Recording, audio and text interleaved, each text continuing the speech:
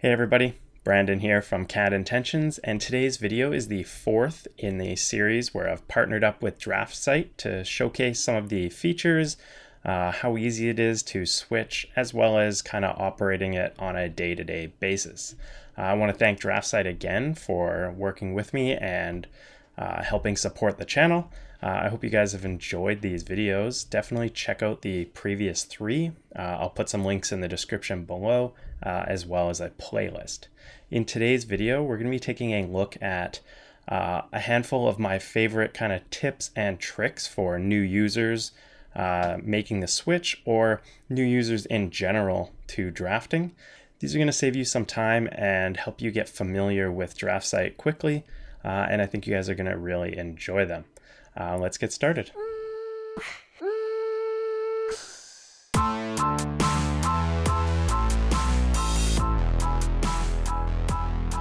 All right, so let's get started. First up are the commands within DraftSight. As I've mentioned in a previous video, for the most part, almost all of the commands in DraftSight are going to be the same or similar to AutoCAD.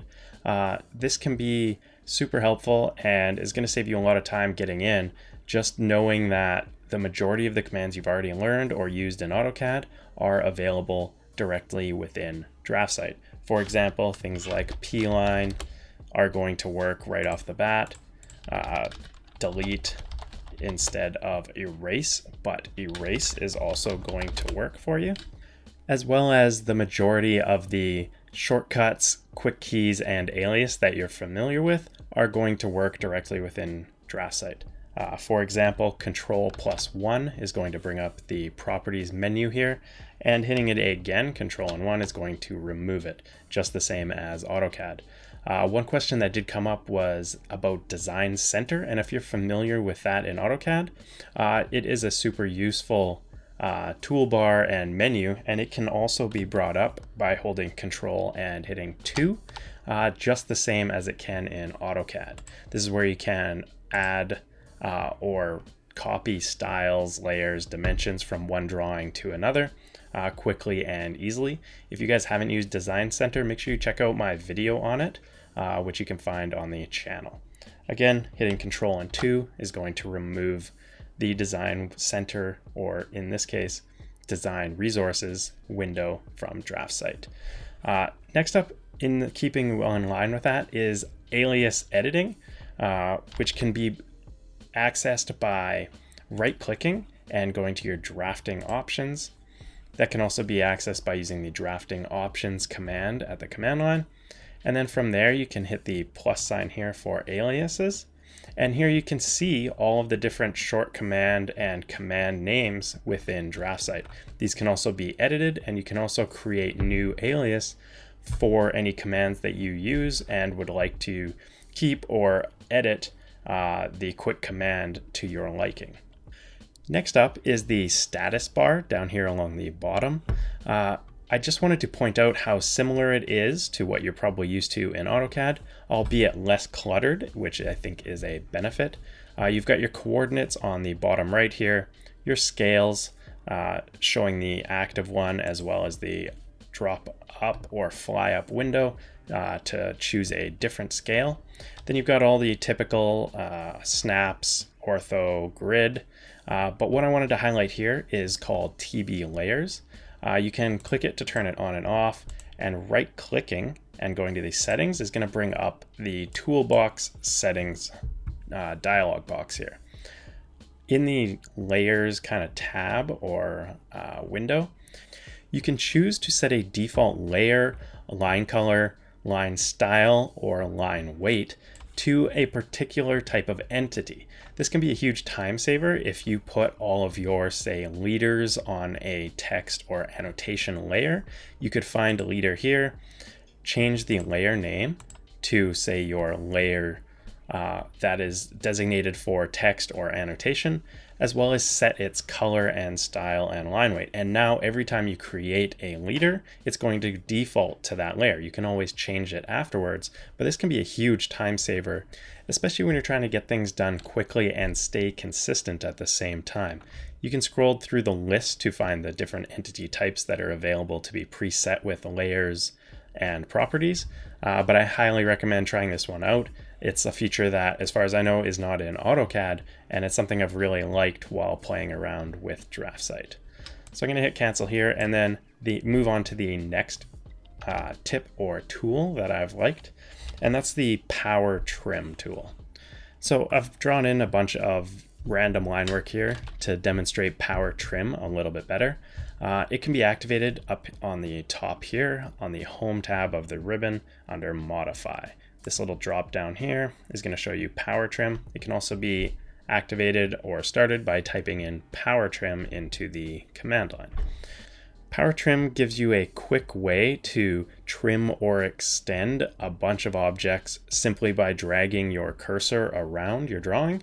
This can be helpful in a lot of areas, especially if you have a bunch of objects. It kind of forgoes having to select them along with having to select a cutting line or fence. This isn't going to be perfect for everything, but it can be a huge time saver, which is why I wanted to show you guys. So we're going to activate it by hitting power trim up here, and then you can simply start by clicking and then dragging. So you can see everything it crosses is going to trim based on the closest cutting line. So I've skipped those two there. We're going to go down the middle here. I'm going to go down there. We're going to come up here. And maybe I want to trim the ends off of this one and the top off of this circle. And then simply letting go is going to cancel the command. You can also hold shift to extend lines. So you can see I've extended this one here up on the left. If I let go of shift, I'm back to trimming. So again, this is just another cool feature that's in DraftSight that might be new to you, and I wanted to show you guys to help save you some time.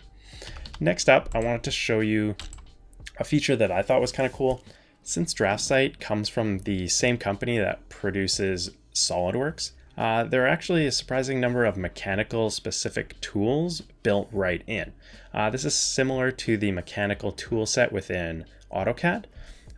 You can access them by hitting the mechanical tab up here. And it's going to give you a lot of options when it comes to hardware, screws, holes, typical symbols and balloon callouts, as well as bill of materials. These are things that aren't always in vanilla or light AutoCAD, but they are available within DraftSight. Another one that I just wanted to show you guys and highlight in case you're in the mechanical field, this can be a huge benefit to you. Next up is workspaces. I got a couple questions on one of the previous videos about the 3D capabilities. And yes, with the DraftSight Premium, which I'm using, it has full 3D modeling capabilities similar to the 3D available within AutoCAD. To access the different workspace, similar to what we're used to, the drop-down up here is going to let you choose between three options.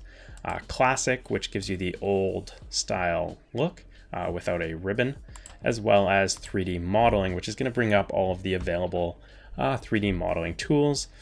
This comes with the standard tools that you're used to, including modeling different objects like boxes, cones, pyramids, wedges, all of the usuals, as well as you're going to have the same style of editing tools available in the majority of drafting software, as well as the ability to rotate in an orbit to see your objects. So we can move over to this drawing here where I've drawn a cube.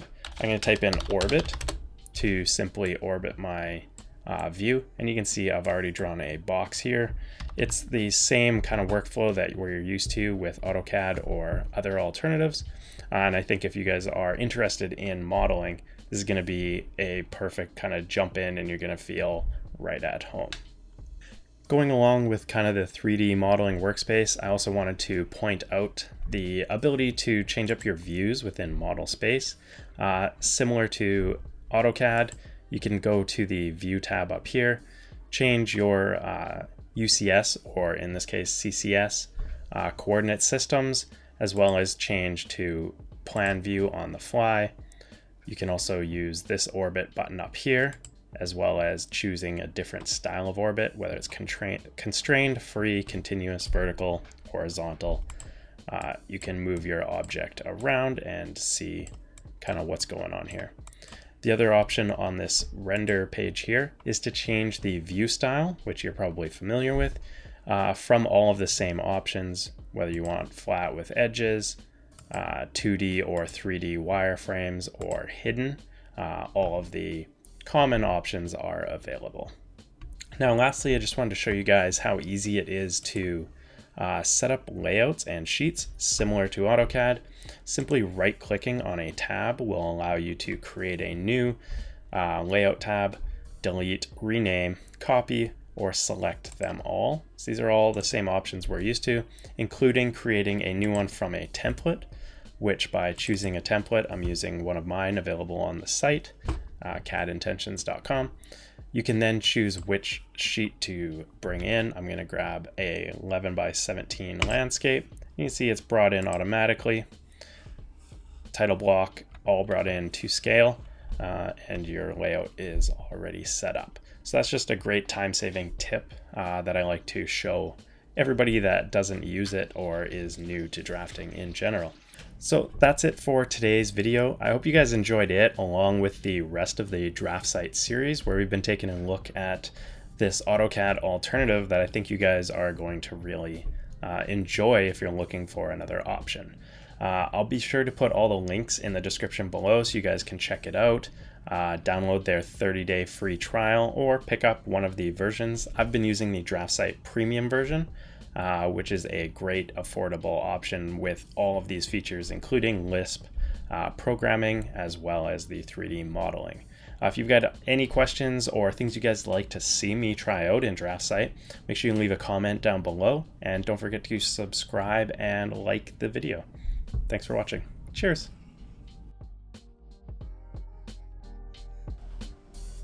Thanks for watching the video. Hope you guys enjoyed it. Be sure to check out my last video right here.